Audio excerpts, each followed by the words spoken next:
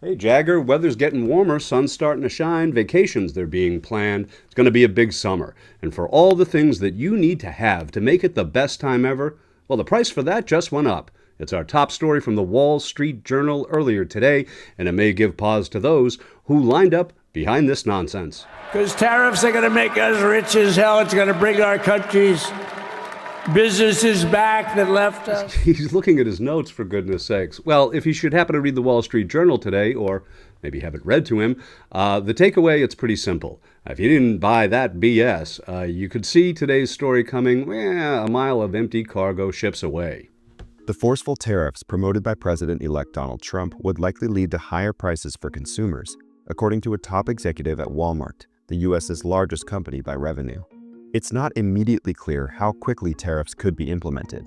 The odds of a 10% across-the-board tariff in 2025 are low, J.P. Morgan's chief U.S. economist Michael Feroli wrote in a recent note to clients. There probably will be cases where prices will go up for consumers, John David Rainey, Walmart's chief financial officer, told CNBC regarding the impact on his company's prices of the roughly 10% tax on all imports and 60% tax on Chinese imports backed by Trump.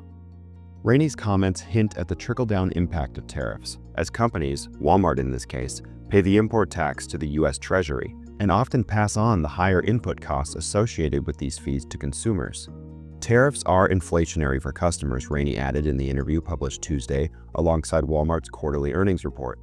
Economists largely agree tariffs would increase inflation, coming at an inopportune time for American consumers, as annual inflation is down from the four-decade high of over 9%, to a still historically above-average 2.6%.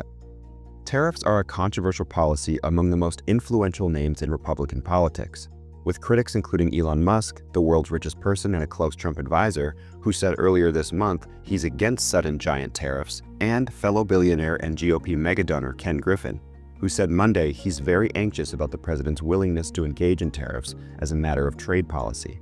Now, if you've ever watched me on Occupy Democrats, then you know with absolute certitude I'm no genius, especially with numbers. Frankly, I'm an idiot, a mark, a rube. Well, that said, let's let the experts lead us into today's tale of retail tumult. I defer to the Holy Trinity, the brain trust of complicated finance and trade.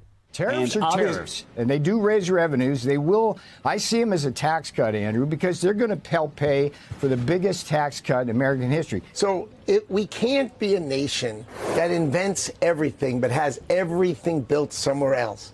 Eventually, you become subservient to the people who build things for you. If you make nothing, but all you do is think about it, then someone else will be the builder. No one wants to do a generalized decoupling, but we are going to do a strategic decoupling. Well, that's clear as mud. Basent is so making it up as he goes. No one wants to do a generalized uncoupling, but a strategic uncoupling.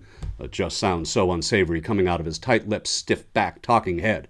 And moreover, this trio of white is might we're defenders of your economy, along with Trump, have brought this summer's blockbuster story to you today. It's kind of like they piled the country into a crappy Cybertruck and drove us all here. Hope you brought your wallet. Okay, so here's our featured story as reported this morning in the Wall Street Journal. Walmart plans to raise prices because of tariffs. Retailer has weathered the trade war, but says the full impact of tariffs on consumers has yet to come. Out of the tree of life. Higher prices are coming to Walmart shelves. The retailer said Thursday that it plans to raise prices this month and early this summer, passing along some of the cost as tariff-affected merchandise hits store shelves. The magnitude and speed at which these prices are coming to us is somewhat unprecedented in history, Walmart Chief Financial Officer John David Rainey said in an interview. He said sales rose steadily in the latest quarter as shoppers flocked to deals and fast shipping, but the full impact of the trade war on consumers has yet to come. Out of the tree of life, I just picked me a plum. It's a dynamic and fluid environment, says Rainey. Walmart didn't share a profit forecast for the current quarter because the company may absorb some tariff costs to keep prices lower than competitors, Rainey said. Unlike many other companies, Walmart left its sales and profit forecast for the full year unchanged. Previously, Walmart had set cautious expectations for its financial performance this year, in part because of the unpredictability of tariffs. Walmart is likely to be a relative winner in a time of economic uncertainty, Rainey said. We tend to gain share and come out stronger. Walmart shares rose around 2% in pre-market trading. Walmart grew steadily through the pandemic and the period of steep inflation that followed. The Trump administration's on-again, off-again tariffs have created a new challenge for retailers. Some of those impacts have yet to hit retailers' shelves, in part because many companies stockpile goods ahead of the tariffs or postpone shipments from China. So far, the economic impact of the tariffs has been muted in the U.S., with unemployment and inflation holding steady. Walmart said its consumers in the latest quarter continued to shop cautiously, as they have for the past few years, because of inflation on essentials, such as groceries and childcare. That has been a boon to Walmart. Walmart Thursday said more high-income households in the U.S. choose the retailer for groceries, and shoppers embraced its low-price, store brand, and rollbacks or temporary deals. Overall inflation ticked slightly higher in the latest quarter, primarily due to the price of eggs, the company said. Walmart's global e-commerce business grew 22% in the quarter. Well, Jagger, Walmart seems to have found a silver lining in all of this. And if the very best we can hope for is the very worst summer for American consumers, then I suppose we must take DJT at his word.